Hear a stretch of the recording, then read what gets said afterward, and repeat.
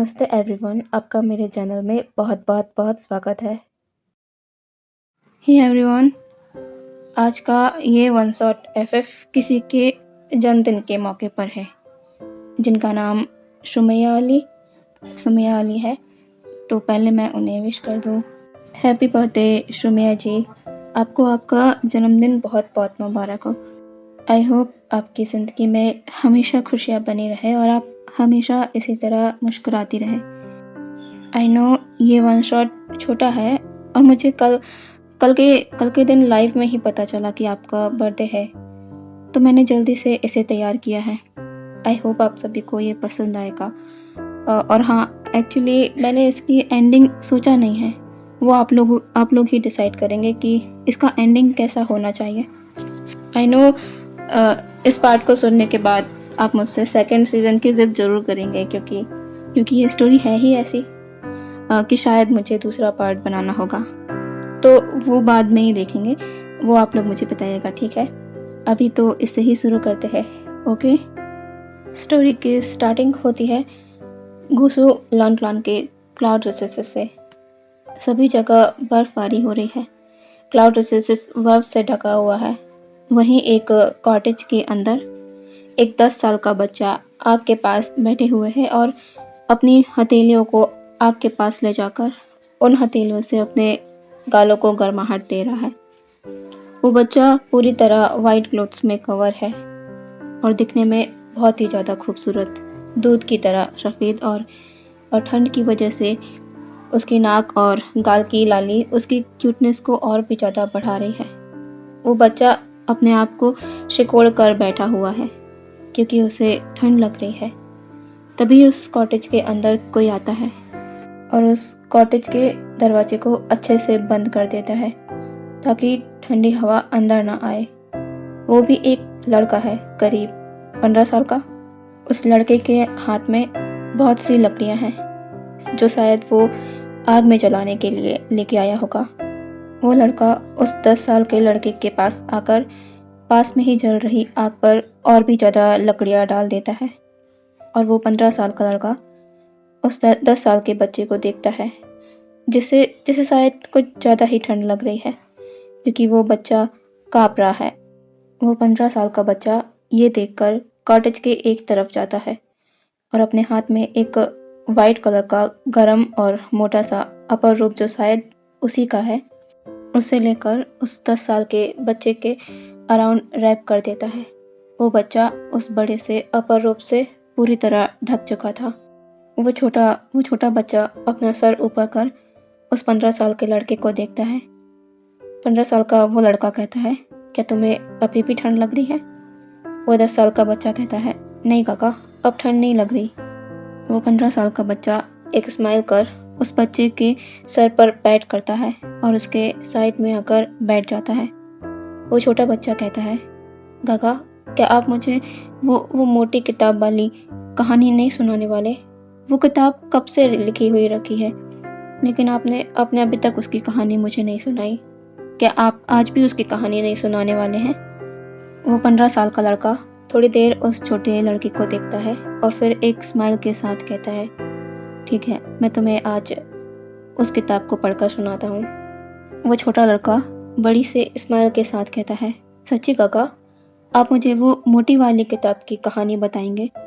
फिर पहले आपने मेरे इतने बार कहने पर क्यों नहीं बताया? आज क्यों? वो बड़ा लड़का उसके सर पर हाथ फहराते हुए कहता है, क्योंकि अब तुम बड़े हो गए हो। वो 10 साल का लड़का कहता है, काका, तो क्या आप मेरे बड़े होने का इंतज़ार कर रहे थे?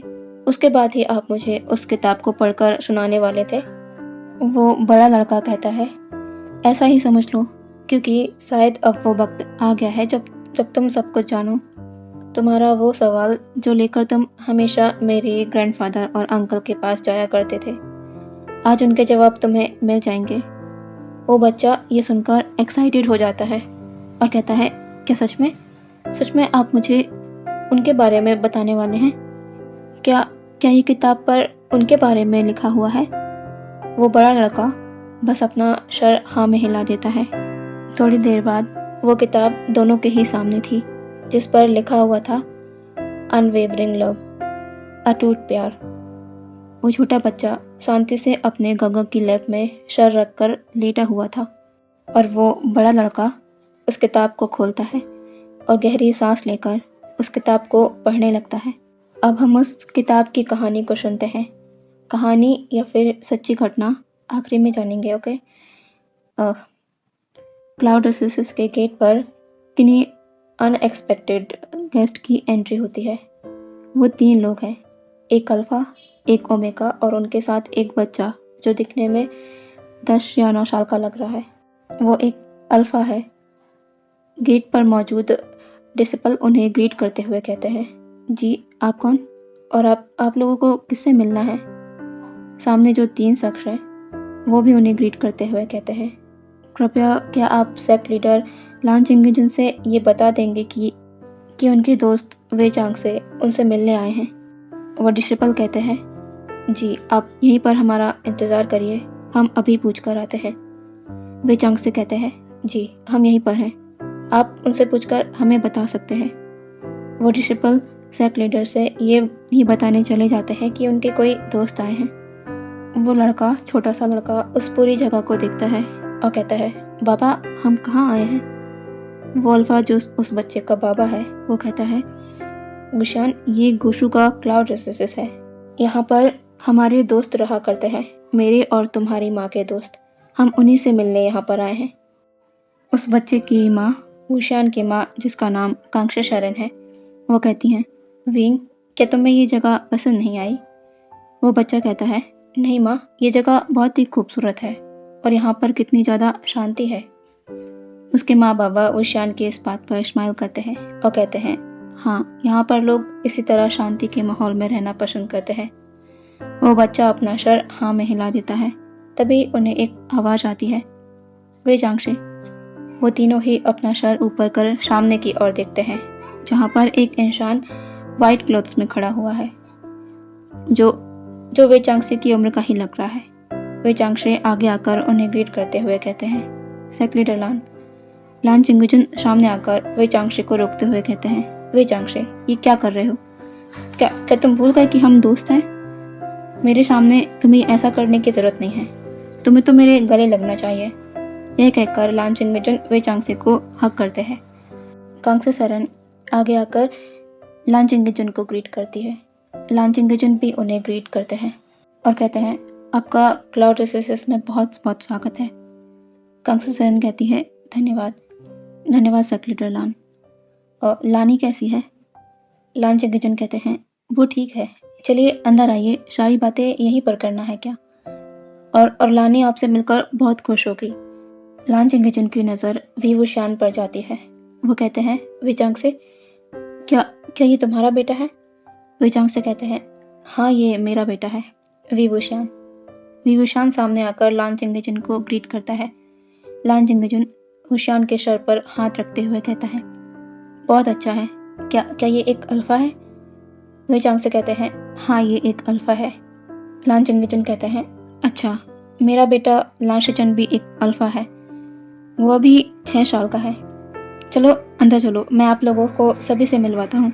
सभी क्लाउड ओएसिस के गेट से अंदर जाने लगते हैं।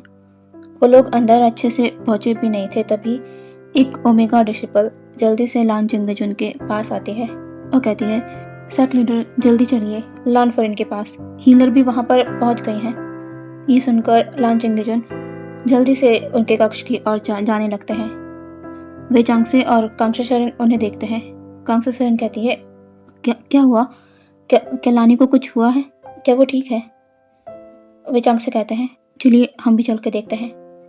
वे चांगसे और कांक्षा शरण भी लान चिंगजन के पीछे पीछे चले जाते हैं। जैसे ही वो लोग लान चिंगजन के कक्ष के पास पहुंचते हैं, वो देखते हैं कि लान चिंगजन थोड़ी टेंशन में वहां पर खड़े हुए हैं और अपने कक्ष के बंद दरवाजे को ही देख रहे हैं और उसके अंदर से किसी लेडी की चीखने की आवाज़ें आ रही हैं। वो दोनों ही लान चिंगजन के पास आते हैं और कहते हैं, लान चिंगजन क्या हुआ है? और ये लान फरन के चीखने की आवाज़ है ना? लान चिंगजन कहते हैं, वो चांग से मेरी वाइफ हमारे दूसरे बच्चे को जन्म देने वाली है। मैं अभी तुम्हारे पास आया तब वो ठीक थी और अभी मुझे हीलर से पता चला कि बर्थ का टाइम पहले ही आ गया है। कांगसे सेरन ऊशान को देखती है और कहती है, ऊशान तुम बाबा के पास रुको, मैं अंदर जा रही हूँ, ठीक है? ऊशान कहता है, जी माँ। वे चांगसे भी इस पर नोट कर देते हैं और कांगसे सेरन अंदर चली जाती है। थोड़ी देर बाद कांगसे सेरन अपने हाथ में एक छोटे से न्यू बॉर्न बेबी को अपने हाथ में लेकर बाहर आती है। लान चिंगेजुन और वे चांगसे उस बच्चे को देखते हैं। कांगसे सेरन कहती है, सेक लीडर, ये एक ओमेगा बच्चा है। लान चिंगेजुन ये सुनकर बहुत खुश होते हैं। कांगसे सेरन उस बच्चे को लान चिंगेजुन की गोद में दे देती है। वे चांगसे लान चिंगेजुन को बधाई देते हैं उनके दूसरे बेटे के जन्म पर। थोड़ी देर बाद लानी, जो कि बेड पर लेटी हुई थी, उन्हें होश आने लगा था। वो अपने साइड में देखती हैं जहां लान चिंगेजुन अपने हाथ में उनके नए जन्मे बच्चे को गोद में लेकर खड़े हुए हैं। लानी कहती है, शेक लीडर। लान चिंगेजुन लानी को देखते हैं और उनके पास आकर अपने बच्चे को आगे करते हुए कहते हैं, लानी, ये हमारा ओमेगा बेटा है, ओमेगा बेटा हुआ है हमें, देखो। लानी उस बच्चे को अपनी गोद में लेती है और उसके फोrehead पर किस करते हुए कहती है, मेरा बेटा। लान चिंगेजुन कहते हैं, तुम्हें पता है क्लाउड रिसेसिस में कौन आया है हमसे मिलने? लानी लान चिंगेजुन को कंफ्यूजिंगली देखती है और कहती है, कौन आया है? लान चिंगेजुन कहते हैं, रुको मैं सभी को बुलाता हूँ। ये कहकर लान चिंगेजुन डोर के पास जाकर सभी को अंदर आने का कहते हैं। पहले तो लान कुरेन और लान शिचन साथ में अंदर आते हैं और उसके बाद तीन शख्स और अंदर आते हैं। लानी की नज़र जब उन पर जाती है तो उनके फेस पर अचानक ही एक बड़ी स्माइल आ जाती है। वो कहती है, कांगसे सेरन लानी के पास आती है और कहती है, लानी, तुम्हें अपने ओमेगा बेटे के जन्म पर बहुत बहुत बधाई हो। लानी कहती है, कांगसे, तुम यहाँ पर आई हो, वो भी इतने समय बाद, तुम मुझसे मिलने आई हो, तुम कैसी हो? कांगसे सेरन कहती है, मैं ठीक हूँ, लेकिन अभी तुम्हें इतने सवाल नहीं करने चाहिए। अभी तुम बेबी को बर्थ दिया है तुमने, अभी तुम्हें आराम करना चाहिए। लानी कहती है, मैं बिल्कुल ठीक हूँ। तभी अचानक उनकी नज़र ऊशान पर जाती है। वो कहती है, कांगसे, ये ऊशान है ना? ये कितना बड़ा हो गया है। बेटा इधर आओ मेरे पास। कांगसे सेरन कहती है, विंग, लान फॉरेन के पास जाओ। ऊशान लानी के पास आकर खड़ा हो जाता है और उन्हें लान फॉरेन करके प्रणाम करता है। लानी कहती है, ऊशान, तुम लान फॉरेन नहीं, तुम मुझे अपनी माँ की तरह माँ कह सकते हो। मैं तुम्हारी माँ की तरह ही हूँ। ऊशान इस पर अपनी माँ को देखता है। कांगसे सेरन अपना सर नोट कर देती है। ऊशान लानी को देखकर कहता है, प्रणाम माँ। लानी स्माइल कर ऊशान के सर पर अपना हाथ रखती है और कहती है, प्यारा बेटा। ऊशान की नज़र अब उस अभी बॉर्न हुए बेबी पर जाती है, जो अपनी आंखों को अभी भी ठीक से खोल भी नहीं पा रहा था। उसे अपनी आंखें खोलने में स्ट्रगल करना पड़ रहा था। वो बच्चा बहुत ही चबी और बहुत ही क्यूट है। ऊशान उसी बच्चे को देखे जा रहा था। लानी कहती है, ऊशान, क्या तुम्हें ये अच्छा लगा, ये छोटा सा बच्चा? ऊशान एक बड़ी सी स्माइल के साथ अपना सर हाँ में हिला देता है और अपनी एक उंगली को आगे कर उस बच्चे के चीक्स में रखता है, लेकिन अचानक ही वो अपनी उंगली को हटा लेता है। लानी कहती है, ऊशान, क्या हुआ? ऊशान कहता है, वो बहुत ही सॉफ्ट है, मेरी उंगली से उसे लग जाता तो। इस पर सभी को हंसी आ जाती है इस बच्चे की इस छोटे से बेबी के लिए केयर को देखकर। अब देखते हैं 17 साल बाद कुशु के क्लाउड रिसेसिस के गेट पर एक बार फिर एक अनएक्सपेक्टेड गेस्ट आया हुआ है। वो शख्स एक हाथ में अपने साथ जो घोड़े को लेके आया है उसकी लगाम को थामे हुए है। वो उस घोड़े को एक पेड़ के पास ले जाकर बांध देता है और क्लाउड रिसेसिस के मेन गेट पर आकर खड़ा हो जाता है। वो बहुत ही झिझक के साथ अपने सामने खड़े लान डिसिपल को बो करते हुए कहता है, क्या आप मास्टर लान कुरेन तक ये खबर पहुंचा सकते हैं कि वे चांगसे का बेटा विवुशान उनसे मिलना चाहता है? वो लान डिसिपल विवुशान को वही रुकने का कहकर मास्टर लान से पूछने चले जाते हैं। मास्टर लान, जो कि अपने बड़े नेफ्यू लान शिचेन, जो इस सेक्ट का सेक्ट लीडर है, उससे सेक्ट के काम के रिगार्डिंग कुछ बातें कर रहे थे। तभी उनके चैम्बर पर नॉक होता है। लान कुरेन अपनी नज़रें ऊपर कर सामने की ओर देखते हैं। वो एक लान डिसिपल है। लान कुरैन कहते हैं, क्या बात है? वो डिसिपल कहता है, मास्टर लान, बाहर कोई इंसान खड़ा हुआ है जो आपसे मिलने की परमिशन मांग रहा है। लान कुरैन कहते हैं, कौन है वो? क्या उसने अपनी कुछ पहचान बताई है? वो लान डिसिपल कहता है, मास्टर लान, वो अपना नाम विवुशियान बता रहा था और उसने अपने फादर का नाम वेचांग से कहा था। लान कुरैन ने विवुशियान के नाम पर तो उतना रिएक्ट नहीं किया था, लेकिन जैसे ही उन्होंने वेचांग से का नाम सुना, उनका हाथ उस कागज पर रुक गया जिस पर वो अभी काम कर रहे थे। लान कुरैन कहते हैं, क्या कहा? कौन आया है? वो डिसिपल वापस से वही शब्द दोहराता है कि वेचांग से का बेटा विवुशियान आया है। लान कुरैन के चेहरे पर आए इन अजीब भावों को लान शिचन ने नोटिस किया। वो कहता है, अंकल, क्या बात है? और ये विवुशियान कौन है? लान कुरैन उस डिसिपल से कहते हैं, उसे अंदर आने दो। वो डिसिपल जी मास्टर कहकर वहाँ से चला जाता है। लान कुरैन लान शिचन को देखते हैं और कहते हैं, शिचन, वांग जी कहाँ हैं? लान शिचन कहते हैं, अंकल, वांग जी अभी अपनी जंक्शी में होगा। लान कुरैन कहते हैं, ठीक है। लान कुरैन बाहर के एक डिसिपल को आवाज़ लगाते हैं और कहते हैं कि जाकर वांग जी को बुला लाओ। वो डिसिपल लान वांग जी को बुलाने चला जाता है। लान शिचन कहते हैं, अंकल, वांग जी को आपने क्यों बुलवाया? क्या बात है? लान कुरैन कहते हैं, शिचन, अभी तुम्हें सारी बात पता चल जाएगी। विवुशियान लान कुरैन के कक्ष के बाहर पहुंच चुका था। वो बहुत ही ज़्यादा हेसिटेट कर रहा था अंदर जाने के लिए, क्योंकि उसके अंदर तूफान चल रहा है सवालों का। क्या उसने यहाँ आकर कुछ गलत तो नहीं किया? क्या उसे उस बात को भूल जाना चाहिए था, या फिर उसे अपने माँ बाबा के प्रॉमिस को पूरा करना चाहिए? वो बहुत देर तक वहाँ पर खड़ा होने के बाद आखिरकार अंदर जाकर बात करने का ही डिसाइड करता है, क्योंकि उसे अपने सारे सवाल अंदर जाकर ही खत्म होंगे। यह सोचते हुए विवुशियान लान कुरैन के कक्ष पर नॉक करता है। लान कुरैन और लान शिचन दोनों ही दरवाजे की ओर देखते हैं, जहाँ पर एक ऊंचा, सुंदर और मस्कुलर अल्फा खड़ा हुआ है। इस बात को कोई भी डिनाई नहीं कर सकता कि वो अल्फा अट्रैक्टिव नहीं है। वो अल्फा बहुत ही ज़्यादा खूबसूरत है। लान कुरैन उसे देखते हैं और कहते हैं, अंदर आ जाओ। विवुशियान कक्ष के अंदर आ जाता है और लान कुरैन के सामने बो करते हुए कहता है, प्रणाम मास्टर लान। लान कुरैन नोट करते हैं और कहते हैं, विवुशियान, बैठो। विवुशियान टी टेबल के पास बैठ जाता है। लान कुरैन कहते हैं, तुम्हारा इलिंग से यहाँ तक का सफ़र कैसा रहा?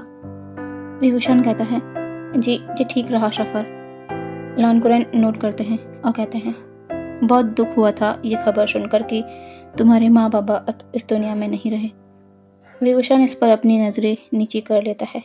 लान कुरैन कहते हैं, फिर भी तुमने अपने आप को बहुत अच्छे से संभाला और एक स्ट्रॉन्ग कल्टिवेटर बने, इस बात की खुशी है मुझे। विवुशियान कहता है, धन्यवाद मास्टर लान। लान कुरैन कहते हैं, शिचन, ये विवुशियान है, तुम्हारे बाबा के खास दोस्त के बेटे, और ये मेरा नेफ्यू है, लान शिचन। लान शिचन विवुशियान को देखकर उसे ग्रीट करते हुए कहता है, प्रणाम मास्टर वे। विवुशियान भी उसे ग्रीट करते हुए कहता है, प्रणाम सेक्रेटर लान। लान कुरैन कहते हैं, विवुशियान, तुम क्लाउड रिसोर्सेस आए हो तो कुछ दिन यहाँ रुक कर जाना। इस पर विवुशियान लान कुरैन को देखता है। लान कुरैन को देखकर ऐसा लग रहा था जैसे उन्होंने ये बात किसी दूसरी बात को छिपाने के लिए कही है। विवुशियान एक डीप ब्रेथ लेता है और फिर कहता है, नहीं मास्टर लान, मुझे माफ़ करिएगा, मैं यहाँ पर नहीं रुक पाऊँगा। मैं आज शाम को ही यहाँ से हीलिंग के लिए निकलूँगा। लान शिचन कहते हैं, मास्टर वे, ऐसे कैसे? आप हमारे मेहमान हैं, आप आए हैं तो आपको एक दिन तो रुकना ही चाहिए। विवुशियान कहता है, नहीं सेक्रेटर लान, मैं बस एक काम के लिए यहाँ आया हूँ, उसके बाद यहाँ से चला जाऊँगा। लान कुरैन विवुशियान को देख रहे थे और शायद वो समझ गए थे कि विवुशियान किस काम की बात कर रहा है। लान शिचन कहता है, मास्टर वे, वैसे किस काम की वजह से आपको हीलिंग से गुस्सा आना पड़ा? विवुशियान लान कुरैन को देखता है और कहता है, मास्टर लान, मैं उसी वादे को पूरा करने के मुताबिक यहाँ पर आया हूँ जो पूर्व सेक्ट लीडर और लान फॉरेन ने मेरे माँ बाबा से किया था, उनके आखिरी वक्त पर।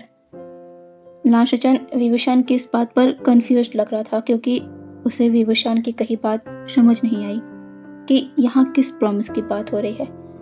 विभूषण लानकुरन को देख रहा था और उनके जवाब का इंतजार कर रहा था। लानकुरन कहते हैं, विभूषण, वो बात बहुत पुरानी हो चुकी है। उस वक्त तुम बस 12 साल के थे। और रही बात लानफोरेन और गागा के किए गए प्रॉमिस की, जो कि उन्होंने तुम्हारे माँ बाबा के आखिरी समय पर किया था, वो एक जल्दबाजी में लिया गया फैसला था। उस वक्त लानफोरेन तुम्हारी माँ के लिए ज़्यादा ही भावुक हो गई थी। इसी वजह से उन्होंने तुम्हारी माँ की तुम्हारे लिए चिंता के बारे में सोचकर यह कह दिया था कि वो अपने ओमेगा बेटे लानवांगजी की शादी तुमसे कराएंगी। उस वक्त तुम छोटे थे, लेकिन अब तुम समझदार होने के साथ साथ एक स्ट्रॉन्ग वॉरियर भी बन चुके हो। तुम अपना ख्याल भी खुद रख सकते हो। इसीलिए तुम्हें उस प्रॉमिस को अपने दिमाग से हटा देना चाहिए। विभूषण लानकुरन को देखता है और कहता है, वो मेरे माँ बाबा की आखिरी इच्छा और उनके कहे आखिरी शब्द थे। मैं उनकी इच्छा को ऐसे कैसे नकार दूं? लानकुरन कहते हैं, विभूषण, तुम जानते हो कि वांगजी लान क्लान के क्लाउड रिसोर्सेज में पला बड़ा है। वो तुम्हारे साथ कैसे रह पाएगा? और ऊपर से वो तुमसे बहुत ही छोटा है। वो अभी 17 साल का है और तुम 27 साल। तुम उससे 10 साल बड़े हो। क्या तुम्हें लगता है जिस वजह से लानफोरेन ने ये प्रॉमिस किया था कि वांगजी तुम्हारा ध्यान रखेगा, क्या वो ऐसा कर पाएगा? तुम ही बताओ। विभूषण इस पर कुछ भी नहीं कह पाता, क्योंकि उसे भी ये बात पता है कि वो ओमेगा उससे बहुत ही छोटा है और वो एक कबीले का राजकुमार है। वो कैसे ये सोचकर यहाँ पर आ गया कि वो उसके जैसे एक नॉर्मल कल्टीवेटर से शादी करेगा, वो भी सिर्फ एक प्रॉमिस के लिए। लांशचन ये सारी बातें सुनकर शॉक भी था और उसे अपने अंकल के कहे शब्दों पर हैरानी भी हुई। क्या अंकल किसी के कहे शब्द को ठुकरा रहे हैं? वो एक वचन को मानने से पीछे हट रहे हैं जो किसी के कहे आखिरी शब्द थे। लानकुरन कहते हैं, विभूषण, अभी तुम हमारे अतिथि कक्ष में जाकर थोड़ी देर आराम करो, उसके बाद हम तुम्हें अपना फैसला सुना देंगे। विभूषण कोई भी जोर जबरदस्ती के लिए यहाँ पर नहीं आया था। वो तो सिर्फ अपने माँ बाबा के आखिरी शब्दों और उनकी आखिरी इच्छा के लिए यहाँ पर आया था। वो कोई भी रिश्ता जबरदस्ती या किसी की मर्जी के खिलाफ नहीं जोड़ेगा। इसीलिए वो अपनी जगह से खड़ा होता है और कहता है, जी मास्टर लान, आप दोपहर तक मुझे अपना फैसला बता दीजिएगा। आपका जो फैसला होगा मैं वो स्वीकार करूँगा। फिर शाम को मैं गुरु से इलिंग के लिए निकल जाऊँगा। लानकुरन नोट करते हैं और कहते हैं, ठीक है। विभूषण लानकुरन को बो करके पीछे मुड़ जाता है जाने को, और वो शख्स भी अपने आप को पलट लेता है जो दरवाजे के बाहर खड़ा अंदर की सारी बातों को सुन चुका है। विभूषण उसकी ओर पीठ करे खड़े दरवाजे के बाहर शख्स पर ज्यादा ध्यान न देते हुए लानकुरन के कक्ष से बाहर चला जाता है, जहाँ से लांशचन का एक डिसिपल विभूषण को अतिथि कक्ष की ओर ले जाता है। दरवाजे के पास जो शख्स खड़ा हुआ था वो अब पलटकर विभूषण को जाते देख रहा था। उसकी आंखों में कुछ अलग ही था जिस तरह से वो विभूषण को जाते देख रहा था। अब वो शख्स लानकुरन के कक्ष की ओर मुड़ जाता है। वो डोर पर नॉक करता है। लानकुरन सामने दिखते हैं और कहते हैं, वांगजी आ जाओ। वो सामने दरवाजे पर खड़ा शख्स कोई और नहीं, लान वांगजी था। लान वांगजी अंदर आकर लानकुरन और लांशचन को बो करता है। लानकुरन वांगजी को बैठने का कहते हैं। लान वांगजी कहता है, अंकल आपने मुझे बुलाया? लानकुरन कहते हैं, हाँ वांगजी, मैंने तुम्हें बुलाया। तुम्हारी शादी के लिए कुछ क्लान्स ने स्क्रॉल भेजे हैं, वो मैं तुम्हें दिखा देता हूँ। तुम पर ही ये फैसला होगा कि तुम किस सेक्ट के राजकुमार से शादी करना चाहते हो। ये रहे स्क्रॉल। इसमें जियांग्स, जिन, वैन और नी सेक्ट, सभी बड़े बड़े सेक्ट के स्क्रॉल हैं। इन्हें तुम ले जाओ और कल हमें बता देना कि तुम किस सेक्ट के राजकुमार को अपना अल्फा बनाना चाहते हो। और इसमें उन राजकुमारों की तस्वीर भी है, तुम वो भी देख लेना। अब तुम जाओ। लानवांग जी उन स्क्रॉल को देखता है। उसने अपने अंकल की सारी बातों को सुना। लानवांग जी एक बार अपनी नज़र ऊपर कर लानकुरन को देखता है कि वो उससे और कुछ तो नहीं कहना चाह रहे हैं जो शायद उन्हें कहना चाहिए, लेकिन लानकुरन के लानकुरन के एक्सप्रेशन बिल्कुल काम है। ऐसा लग ही नहीं रहा था कि अभी इस कक्ष में इसके अलावा कोई और बात हुई है। लान वांगजी कुछ नहीं कहता। वो अपनी जगह से उठता है और उन स्क्रॉल को लेकर वहाँ से चला जाता है। अब लान शिचन अपने अंकल से वो सवाल पूछ ही लेता है जो वो वुशियान के जाने के बाद से ही अपने अंकल से पूछना चाह रहा था। लान शिचन कहता है, अंकल आप ये क्या कर रहे हैं? आप झूठ बोल रहे हैं, और दूसरी बात आप किसी के कहे शब्द को नकार रहे हैं, उसका अनादर कर रहे हैं जो हमारे क्लैन रूल के खिलाफ है। आपने मास्टर वे की बात को गलत कहा और ऊपर से आपने वांगजी से भी वो बात छिपाई जो उसे जानना जरूरी था। वो हमारी माँ का दिया हुआ प्रॉमिस है और वो वांगजी की जिंदगी से जुड़ा हुआ है। उसे इस बारे में पता होना चाहिए। आगे वो इसे मानना चाहता है या नहीं वो उसका फैसला होगा। लानकुरन कहता है, शिचन तुम कह रहे हो कि मैं वांगजी को इस बारे में बताता, ये जानते हुए कि वो राइटिजियस है, वो इस बात को मान लेता है। लेकिन मैं ऐसा कुछ भी नहीं चाहता।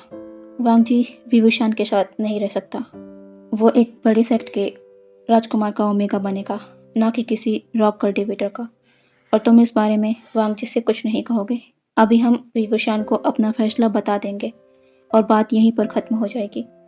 लान शिचन अपने अंकल को यकीन ना करने वाली नजरों से देख रहा था। क्या ये सब बातें सचमुच उसके अंकल कह रहे हैं? वो क्लैन रूल को स्ट्रिक्टली फॉलो करते हैं। वो आज वांगजी के लिए अपने क्लैन रूल को भूल गए। लेकिन इन सब में मास्टर वे की क्या गलती है? वो तो अपने माँ बाबा के आखिरी शब्दों का मान रखने, ये बात कहने यहाँ पर आए थे।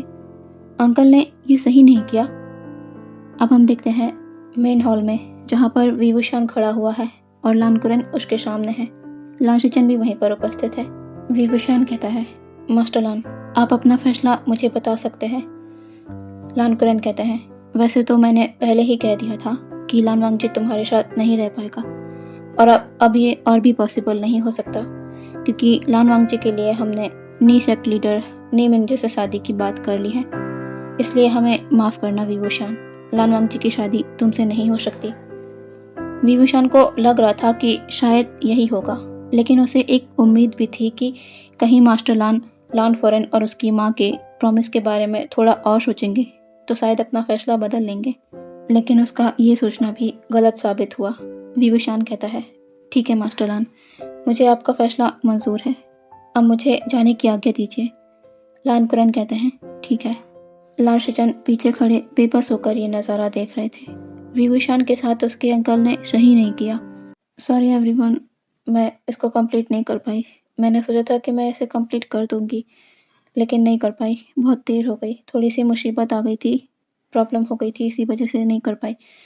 रात भी हो गई है तो मैं अभी इतना ही कर पा रही हूँ, क्योंकि आज सुमैया का बर्थडे था और मैंने उन्हीं के लिए ये एफएफ बनाया था जल्दी में। मैंने सोचा था मैं कर दूंगी, लेकिन नहीं हो पाया। तो इसका सेकंड पार्ट मैं कल अपलोड करूँगी। ओके, और सुमैया हैप्पी बर्थडे। अब मुझे पता है बहुत लेट हो गया है, पर फिर भी happy birthday dear, God bless you. Okay, कल मैं इसका नया पार्ट कर दूंगी। ठीक है, बाय बाय।